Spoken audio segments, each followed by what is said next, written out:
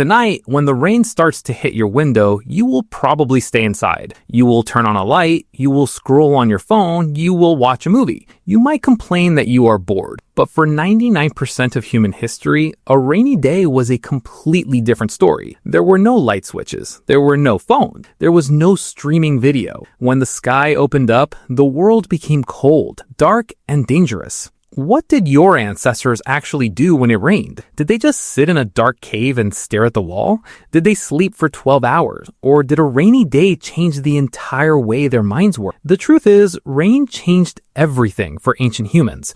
It forced them to stop running, stop hunting, and look at each other. In many ways, the modern human mind was built on rainy days. To understand this, you have to look at how your ancestors lived. Most of the time, survival was a full-time job. Your ancestors were hunter-gatherers. They spent their days walking miles to find berries, tracking animals, and looking for clean water. Their brains were constantly tracking movement and listening for predators. They were always on the move. But then, the clouds would turn gray. The wind would get cold. The first heavy drops of water would hit the dirt. For an ancient human, heavy rain was a major problem. It meant you could not see predators coming. It meant your tracks were washed away. It meant you could get cold. And getting cold in the ancient world could kill you. Hypothermia was a real danger, so your ancestors had to find shelter immediately. They would run to a rock ledge, a thick grove of trees, or a deep cave. Suddenly, the daily grind stopped. For the next 5, 10, or 20 hours, they could not look for food. They were trapped. Dr. John Shea, an anthropologist who studies ancient human behavior,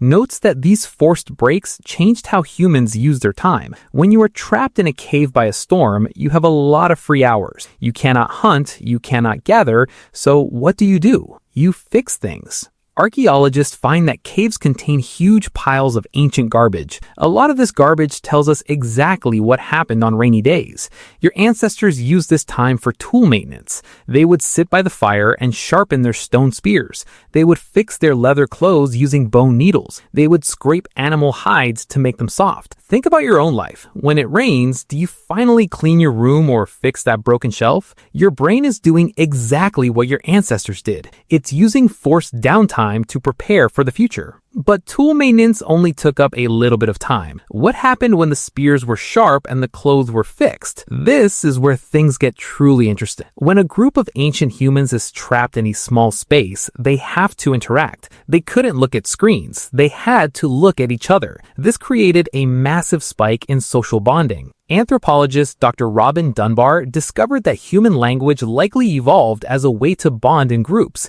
similar to how monkeys groom each other by picking bugs out of their fur, but you can only groom one person at a time. With language, you can groom multiple people at once by talking. And when did humans have the most time to talk? When they were stuck inside together during bad weather. On a rainy day, your ancestors told stories. They talked about past hunts. They shared secrets about where the best fruit grew. They gossiped about who was lazy and who was strong. They laughed. They sang songs. They played simple games with sticks and stones. The rain forced humans to become more social. It turned a group of individual survivalists into a tight-knit tribe. Every time you sit on the couch with your family or friends on a stormy afternoon and just talk, you are repeating an ancient ritual that is hundreds of thousands of years old. But rain did not just make humans talk more, it also made them more creative. When you're trapped in a dark space with nothing to do, your brain gets bored. In the modern world, we hate boredom. We try to kill it instantly with our phones.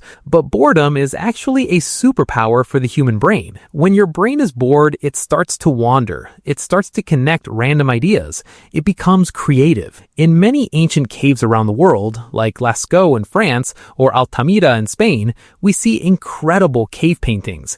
These are drawings of horses, bison, and deer painted deep inside dark, hard-to-reach chambers. Why did ancient humans go deep into dark caves to paint on walls?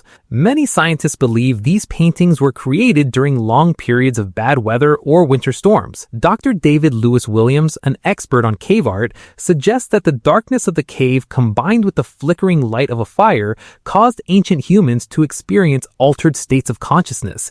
They would see shapes in the cracks of the rock. They would imagine spirits. Then, using Using charcoal from the fire and red dirt mixed with water, they would draw their dreams on the wall. A rainy day turned an ancient hunter into an artist. The storm outside forced the imagination to explode inside. There's also a biological twist to rainy days. Have you ever noticed that you feel extra tired when it rains? You might think it's just because the sky is gloomy, but it goes much deeper than that. Your biology is wired for the weather. When the sun is bright, your body stops producing melatonin, the hormone that makes you sleepy. It also produces cortisol, which wakes you up and gives you energy to move. This kept your ancestors active during peak hunting hour. But when heavy rain clouds block the sun, the light changes. The blue light from the sun disappears. Your eyes sense this drop in light and tell your brain that it is nighttime even if it is noon. Your brain starts pumping out melatonin. At the same time, the sound of rain acts as white noise.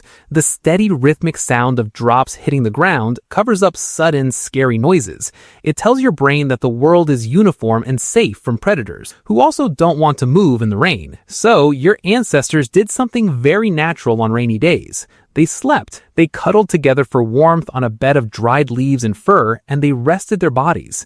This sleep was essential. It allowed their muscles to heal from the brutal physical work of survival. It gave their immune systems a boost. Today, you might feel guilty for taking a nap on a rainy Saturday afternoon. You feel like you should be productive, but your brain is just following an ancient program. It hears the rain, it sees the dark sky, and it says, it's time to rest. Just like we did 50,000 years ago. So let's look at the modern mirror. Today, we have beaten the rain. We have waterproof jackets, we have cars, we have heated buildings.